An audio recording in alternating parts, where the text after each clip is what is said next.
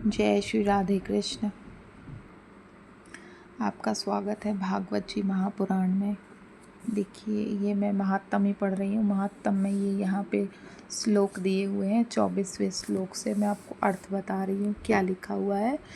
श्री भागवत जी की कथा का सदा सर्वदा सेवन आस्वादन करना चाहिए। इसके श्रवण मात्र से श्री हरि हृदय में आ विराजते हैं।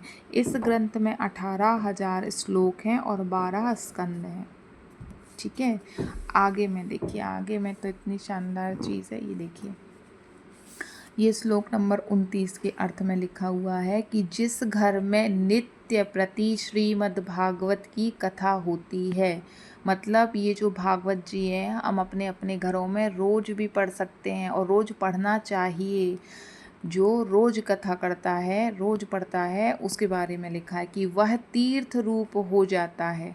जो लोग उसमें रहते हैं, क्या जिस घर में कथा होती है वो तीर्थ रूप हो जाता है, ऐसा है इसका मतलब। ठीक है, जिस घर में नित्य प्रति श्रीमद् भागवत की कथा होती है वह तीर्थ रूप हो जाता है, और जो लोग उसमें रहते हैं उनके सारे पाप नष्ट हो जाते हैं।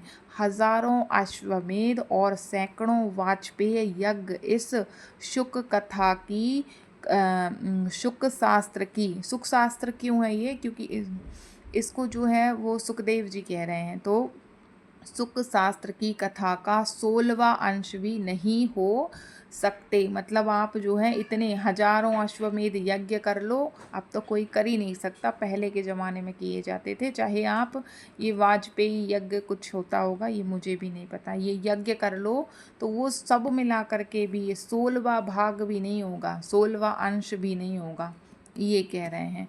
और तपोधन, जब तक लोग अच्छी तरह श्रीमद् भागवत का श्रवण नहीं करते तभी तक उनके शरीर में पाप निवास करते हैं, और जब से आप कथा सुनना प्रारंभ कर देते हैं तो पाप अपने आप ही भाग जाते हैं। फल की दृष्टि से इस सुख शास्त्र कथा की समता गंगा, गया, काशी, पुष्कर, प्रयाग कोई तीर्थ भी नहीं कर सकता। मतलब आप अगर ये सारे तीर्थ, इनको हमें बताए गए हैं ना, गंगा जी में स्नान करना, काशी जी में, पुष्कर, प्रयाग, इन सब तीर्थों में स्नान करने आप नहीं भी जा पाए हैं तो कोई बात नहीं। कोई भी तीर्थ सुख शास्त्र की क्या नहीं कर सकता, सुख शास्त्र के बराबर हमें फल नहीं दे सकता, ऐसा इनका कहना है। भागवत जी महापुराण में श्री सुखदेव जी सुना रहे हैं परीक्षित जी को। तो प्रेम से बोलिए जय श्री राधे।